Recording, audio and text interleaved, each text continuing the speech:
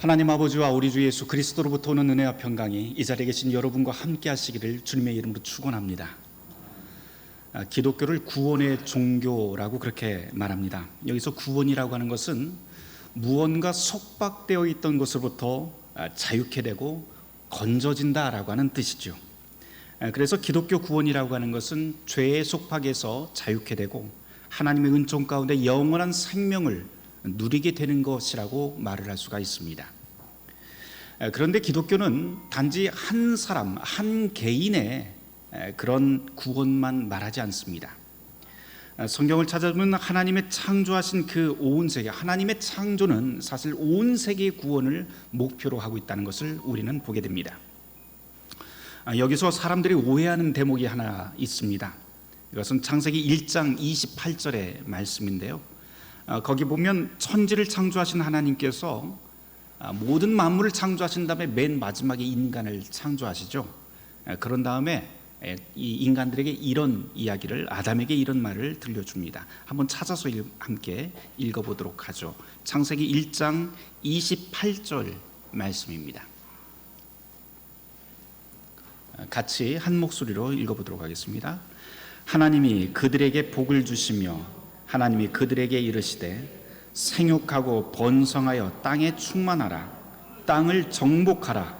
바다의 물고기와 하늘의 새와 땅에 움직이는 모든 생물을 다스리라 하시니라. 아멘. 이렇게 읽으면 참 복된 말씀이에요. 분명히 땅을 정복하고 다스리라. 이 구절만 콕 집어서 인간은 세상의 주인이고 그리고 우리 내 마음대로 모든 것을 다 이용할 수 있다라고 그렇게 오해하는 분들이 꽤 많은 것 같습니다. 그러고 보면 인간은 지배자이고 자연은 그저 인간을 위해 존재하는 그런 섬김의 종 또는 소비재 정도로 이해하는 것이죠.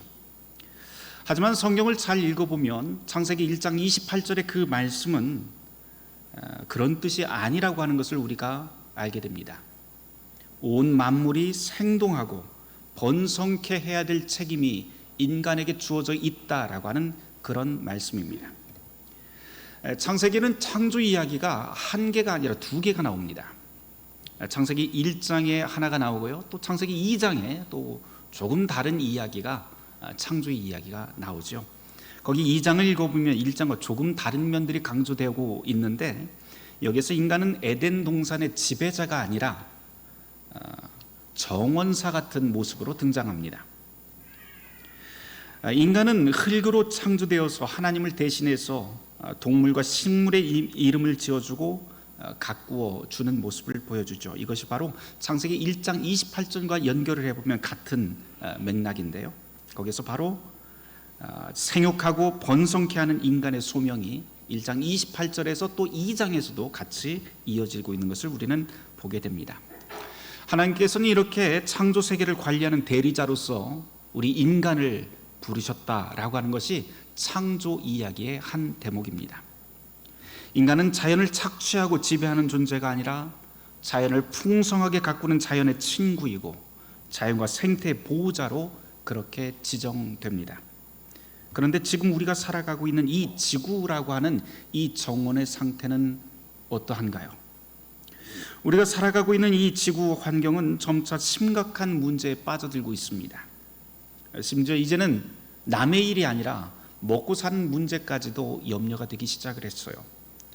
세계 밀 곡창지대로 꼽히는 우크라이나는 지금 전쟁 때문에, 그리고 인도는 지난 4월에 47도가 넘는 폭염이 계속 이어지는 바람에 밀 수확량이 예년의 절반 이하로 떨어졌다고 합니다. 당연히 밀 가격은 세계적으로 다 급폭등을 해버렸고 가난한 사람들은 더 가난해지고 굶어가는 현실에 지금 이르게 되었습니다. 기후와 식량만 문제가 아니죠. 산불도 그래요. 거대한 산불 소식이 예전엔 드문드문 들리더니 이제는 더 자주 들리는 것 같습니다. 녹지가 사라지니 사과, 배, 포도 이런 재배도, 과일의 재배도 점점 어려워집니다. 그래서 2050년이 되면 우리가 흔히 먹는 과일이 완전히 사라지게 될 것이다 라고 하는 연구 보고서가 발표될 지경입니다. 농사가 점점 이렇게 어려워지다 보니까 농가에서는요, 그래도 소출을 해야 되잖아요. 그래서 점점 더 센 농약, 점점 더 센 살충제를 사용해서 생산력을 높이려고 안간힘을 씁니다. 그런데 또 여기서 엉뚱한 문제가 생겨버렸어요. 여러분들 기사에서 보셨을지는 모르겠지만 작년과 올해 들어서 갑자기 벌들이 사라진다라고 하는 그런 기사를 보셨을 겁니다. 아인슈타인이 오래전에 이런 말을 한 적이 있습니다. 벌이 지구에서 사라지면 인류의 삶은 그로부터 4년 안에 끝나게 된다. 벌이 지구에서 사라지면 인류의 삶은 그로부터 4년 안에 끝난다. 생태학자나 할 법한 말인데요, 이 물리학자 아인슈타인이 그렇게 예언했던 것이 빈말이 아니라고 하는 것이 사실 더 두렵습니다. 벌이 사라진다고 한번 여러분들이 가정을 한번 해보세요. 그러면 식물의 꽃가루를 전파할 수 없어서 식물이 자랄 수 없게 되고, 식물이 없어지면 열매가 없고, 또 곤충과 숲이 사라지게 되고, 숲이 사라지면 동물도 사라지고, 식량 문제, 기후 문제가 곳곳에서 폭발처럼 지뢰처럼 터지게 되어 있습니다. 그래서 벌이 사라지면 자연 생태가 도미노처럼 무너져 내릴 것이라는 말을 과학자들이 입을 모아 지금 경고합니다. 그래서 이걸 조금이라도 한번 막아보자라고 하는 취지에서 환경운동가들이 도심에서라도 벌을 키워 양봉을 좀 한번 해보자라고 하면서 시도하는 사례들이 우리 서울에서도 곳곳에서 생기기 시작했습니다. 실은 저도요, 이런 생태 환경 문제를 좀 고민하다가 몇 년 전에 우리 교회 건물 바로 옆에 공터가 있는 거 여러분들 아실 거예요. 이렇게 쑥 들어가는 공터가 있는데 거기 아무것도 없잖아요. 그냥 나무 몇 그루, 감나무 있고, 또 지금은 우리 동네에 있는 그 고양이들의 쉼터를 저기다가 만들어 놨습니다. 그런데 저 공간이 너무 아까워요. 그래서 저거를 어떻게 할까 고민을 하다가 교회 저 바로 옆 공간에다가 벌통 몇 개를 갖다 놓고 교회 어린이들과 청년들 그리고 관심 있는 몇 분들과 함께 양봉을 좀 하면 어떨까, 그러면서 생태 환경 교육도 같이 하고 같이 이것을 꾸려가면 어떨까라고 하는 그런 생각으로 이곳저곳을 알아본 적이 있습니다. 사실 그 꿈이 아직 끝난 것은 아닙니다.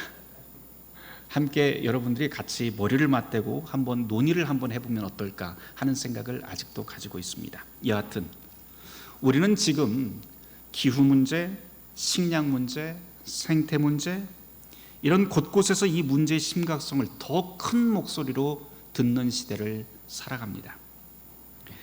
하나님은 용서하지만 자연은 용서하지 않는다라고 하는 말 여러분들이 들어보셨을 거예요. 누군가의 말일진 모르겠지만 그 말 그대로 이제는 사람들이 하나님을 두려워하기보다도 자연이 우리에게 돌려주는 그 부메랑의 그 모습들을 생각하고 그 눈치를 보면서 사는 시대가 되어버렸습니다. 오늘 우리의 지구 환경이 그렇죠. 얼마 전까지만 해도 우리는 벌들이 윙윙거리고 새소리 가득하던 대지와 초목 위에서 살아왔습니다. 그런데 지금은 대지와 초목이 열병 걸려 달아오른 공기 때문에 병충해가 창궐하고 녹색지대는 가뭄으로 사라져갑니다. 도시는 깨끗해진 것 같지만 메마른 흙조차 만지기 어려울 정도로 콘크리트 건물과 아스팔트 숲이 땅의 숨구멍을 죄다 막아버렸습니다. 그러니 땀내나게 장을 보지만 신선한 채소와 과일을 구하기 힘든 지경이 되었어요. 게다가 혹여라도 마트에서 기계와 전기로 키워낸 그 채소를 구하더라도 가난한 사람들에게는 이젠 먹기 힘든 음식이 되어버렸습니다. 우리는 들풀도 아름답게 입히고 가꾸시는 하나님의 창조의 신비를 잊고 사는 것 같습니다. 우리는 그렇게 명품, 좋은 화장품, 새로운 전자제품의 이름은 그리도 잘 알면서도 정작 하나님이 기르시는 길가의 풀과 야생화 한 송이의 이름 그리고 그 아름다움은 잘 알지 못합니다. 너무 빠른 유행은 모든 생명을 지치게 만들고 매일 수많은 옷이 공장에서 쏟아져 나오지만 주인을 만나보지 못한 채 버려지는 옷이 훨씬 더 많습니다. 화려한 패션쇼, 그리고 빈 지갑이라도 기어코 열게 만드는, 또 코 묻은 아이들의 세뱃돈마저도 우습게 입금시키고야 마른 그런 미디어의 호사스러운 광고가 푸른 하늘, 푸른 바다를 미세먼지, 미세 플라스틱으로 물들어 버렸고 무엇 하나 마음 놓고 먹을 수 없어서 원산지를 따지고 성분을 따지는 그런 삶이 오늘 우리의 현실입니다. 어쩌다가 이렇게 하나님 보시기에 좋았던 창조 세계가 신비를 잃고 생명을 괴롭히고 파괴하는 폭군이 되어버렸을까요? 오늘 우리가 살아가는 지구와 인간의 형편은 마치 강도 만나 거반 죽게 된 사람처럼 보입니다. 물론 성경은 이런 지구의 생태 문제를 관심을 두고 쓰여진 책은 아닙니다. 하지만 오늘 우리가 함께 읽은 이 성경 본문들을 천천히 묵상을 해보면 오늘의 환경 문제를 새롭게 이해하도록 우리를 선하게 이끄는 것을 볼 수 있게 됩니다. 로마서 8장에 나오는 피조물의 탄식이라고 하는 그 구절이 그렇죠. 그 말도 그 중에 하나입니다. 오늘 우리가 살아가는 지구 현실을 피조물의 탄식이라고 하는 이 말 그 이상으로 달리 표현할 길이 없는 것 같습니다. 로마서 8장 18절 19절을 제가 한번 읽어보겠습니다. 생각하건대 현재의 고난은 장차 우리에게 나타날 영광과 비교할 수 없도다. 피조물이 고대하는 바는 하나님의 아들들이 나타나는 것이라. 아멘. 사도 바울은 로마서 8장 18절을 이하에서 피조물의 탄식을 임산부의 산통에 비유하고 있습니다. 지금 별로 그렇지 않지만 예전에는요, 임산부는 삶과 죽음 그 경계선에 서 있던 사람으로 존재로 치부했습니다. 새 생명을 잉태하든지 아니면 자칫 자신의 목숨을 잃든지 이렇게 위험한 상황에 놓여있던 사람들이 바로 우리의 어머니들입니다. 우리 교인 가운데서도 지난 수요일에 아이를 낳으셔야 되는데 아직 나오지 않아서 지금 기다리고 있는 안상명 집사님이 있습니다. 위에서 기도해 주셔야 됩니다. 성경은 이렇게 하나님의 창조 세계가 바로 이런 산통 한가운데 있다라고 그렇게 우리에게 보도합니다. 그래서 이 위험 가운데서 기다리고 있는 것이 있는데 그것이 바로 하나님의 아들들이라고 로마서 8장에서 우리에게 설명합니다.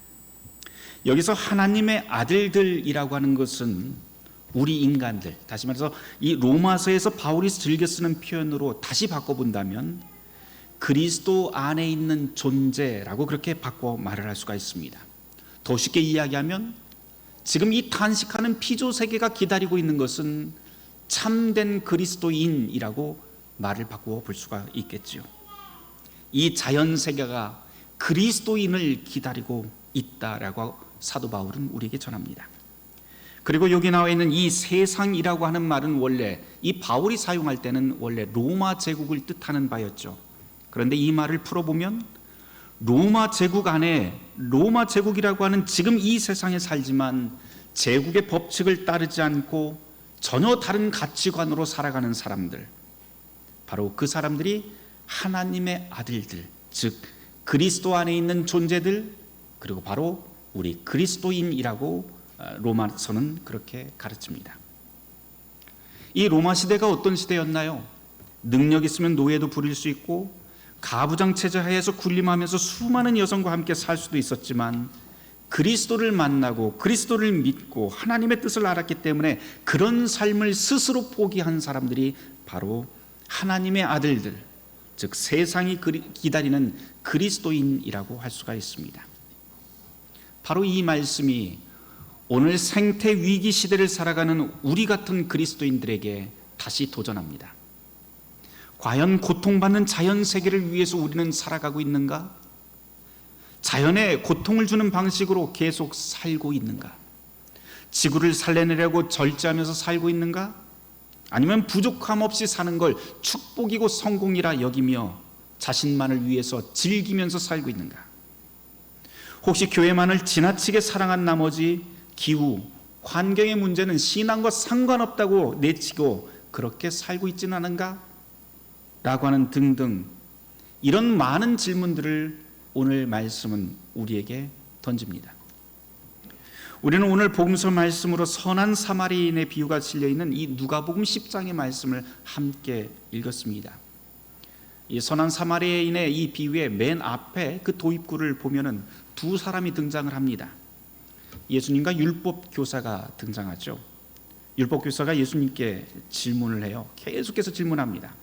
내가 무엇을 하여야 영생을 얻을 수 있겠습니까? 나의 이웃은 누구입니까? 등등.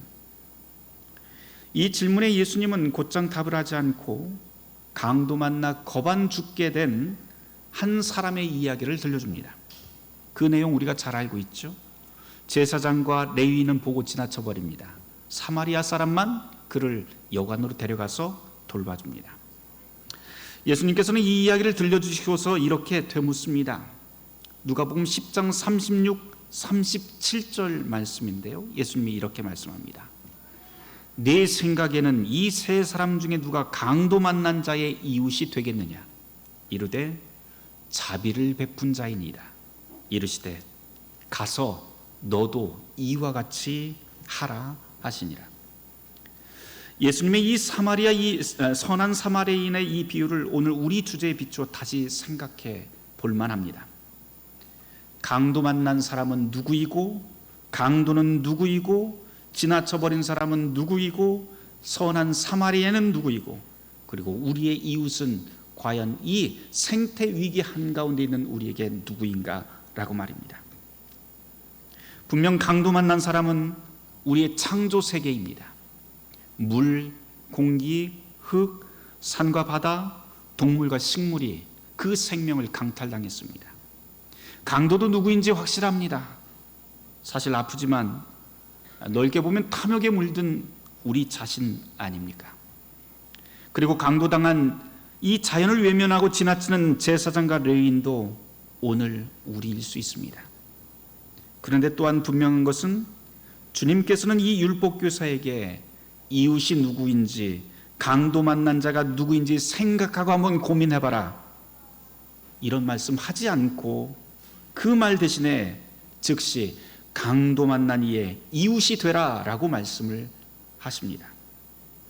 지금 우리에게 필요한 것은 생각이 아니라 즉시 움직이는 행동이라고 주님께서는 그렇게 말씀해 주신 것이죠.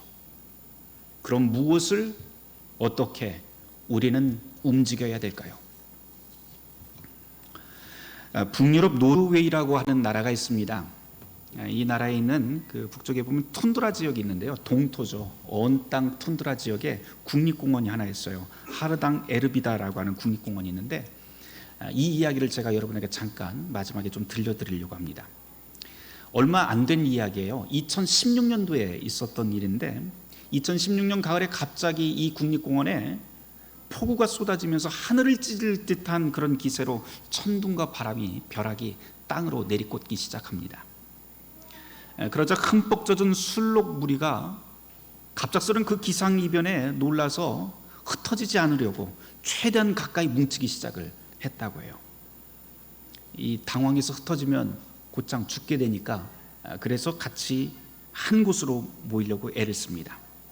그런데 그 순간에 한 줄기 벼락이 그곳에 떨어졌고, 순식간에 젖은 땅을 통해서 뭉쳐있던 그 술록 325마리가 한꺼번에 죽게 됩니다. 그렇게 325마리의 술록이 순식간에 떼죽음을 당하게 되는데요, 이전에 없던 기이한 현상이 벌어진 것이죠. 국립공원 측이 이 사태를 파악하고 이제 고민하기 시작합니다. 이 술록의 사태를 어떻게 처리를 해야 될까라고 말입니다. 그래서 내부 토론을 시작을 했어요. 그런데 그 내부 토론 끝에 이런 결정을 내리게 됩니다. 인재가 아닌 자연재해로 죽은 죽음은 생태계의 순리이며, 자연에서 발생한 술록들의 죽음은 또 다른 생명을 이어주게 될 것이다. 그러므로 자연 생태계에서 일어난 일에 우리가 개입해선 안 된다. 무슨 말이에요? 그대로 두겠다라고 하는 뜻입니다. 하지만 이 결정은 거센 비판을 받게 됩니다. 그 사체를 공원에 그대로 방치하게 되면 국립공원에 쥐와 설치류 같은 그런 설치류가 들끓어서 환경이 악화되고, 악취와 오수로 인해서 지역 경관을 해치고 관광 자원이 심각하게 타격을 입게 될 것이라며 사람들이 목소리를 드높이기 시작합니다. 하지만 그런 거센 비판에도 공원 측은 입장을 그대로 고수하게 됩니다. 323마리의 술록사체를 25마리의 술록사체를 자연에 맡기기로 한 것이죠. 그렇게 4년이 지나게 됩니다. 어떻게 되었을까요? 남동 노르웨이 대학교 한 연구팀이 이 술록대 떼죽음 이후에 이 지역 생태계가 어떻게 변했는지 그 내용을 연구를 한 다음에 영국 왕립학계 학술지에 발표하게 됩니다. 그런데 그 결과가 아주 놀랍습니다. 사람들이 우려했던 대로 처음에는 이 술록사체가 부패하면서 구더기를 포함한 여러 벌레가 생겼고 악취도 생겼습니다. 그런데 벌레와 시체를 먹기 위해서 쥐와 설치류도 정말 예상대로 어마어마하게 늘어났다고 합니다. 그런데 여기서 이 이야기가 끝나지 않습니다. 이 쥐와 설치류를 잡아먹이려고 주변에 있던 여우와 독수리들이 이곳에 모여들어서 오히려 동물계가 훨씬 더 풍성한 다양한 종을 여기에 확보가 됩니다.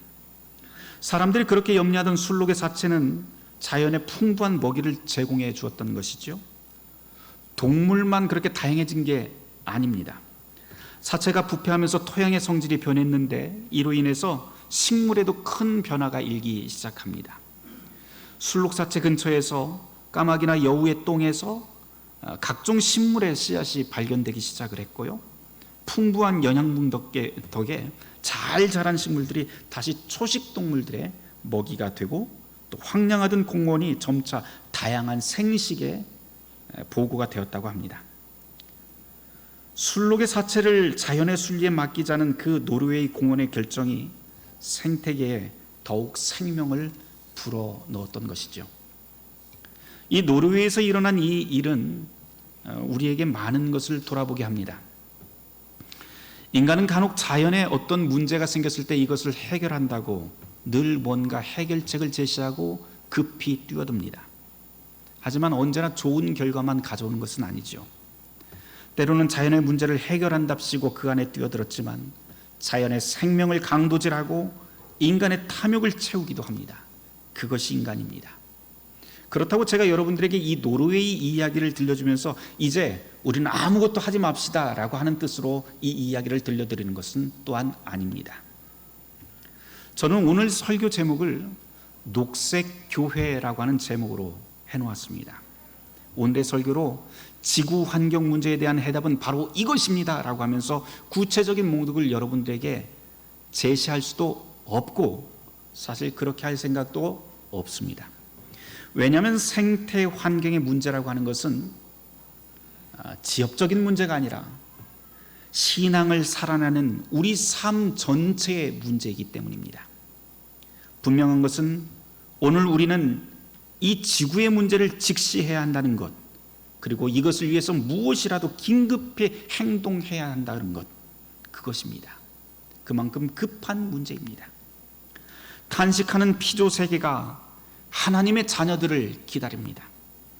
하나님은 탐욕의 법칙에 따라서 움직이는 이 세계 대신 창조 세계의 회복을 위해서 움직이고 함께 동역할 하나님의 자녀, 지구의 정원사인 그리스도인을 찾고 있습니다. 노르웨이 공원에서 일어난 일을 연구했던 이 노르웨이 대학교 프랭크 교수가 이런 말을 남겼다고 해요. 세상의 모든 것은 연결되어 있고 서로에게 영향을 미칩니다. 이 프랭크 교수의 이 말을 오늘 말씀과 연결해도 좋을 것 같습니다. 모든 것은 연결되어 있고 서로에게 영향을 미칩니다. 그러니 서로가 서로에게 선한 이웃이 되어야 합니다. 하나님과 우리가 연결되어 있듯이 저와 여러분이 연결되어 있습니다. 그리고 우리가 연결되어 있듯이 자연도 우리와 연결되어 함께 숨쉬며 살아갑니다. 우리가 할 수 있는 일, 아주 작은 일부터 지금 당장 실천해 보기를 바랍니다. 물 한 잔, 쓰레기 하나 버리고 전기등 하나 소등하는 것부터 시작하면 됩니다. 입으로만 아니라 교회가 함께 기도하며 모여서 구체적인 목록도 한번 만들어 보고, 그리고 가정과 일터에서 그것을 우리 교인들이, 그리스도인들이 한번 실천해 보길 권합니다. 제가 알기로 우리 교회 안에는 이 일에 관심을 가진 분들이 꽤 있는 걸로 알고 있습니다. 그분들을 중심으로 몇 명이라도 먼저 모여서 함께 기도하며 시작하고, 그리고 서서히 이 일에 교회 모두가 함께 힘을 내기를 권해봅니다. 자연과 사람이 서로 선한 이웃이 되어 함께 살아가는 모습을 교회가 먼저 세상에 보여주어야 합니다. 세상이 기다리고 있는 하나님의 자녀, 세상의 이웃은 바로 이런 교회입니다. 그런 녹색 교회가 되어갈 때 창조주 하나님은 온 세상에 새로운 생명을 우리에게 다시 선물해 주실 것입니다. 바라기는 저와 여러분이 온 생명과 더불어 평화를 이루는 복된 생명의 정원사가 되길 주님의 이름으로 축원합니다. 오늘의 말씀을 놓고 함께 묵상하도록 하겠습니다.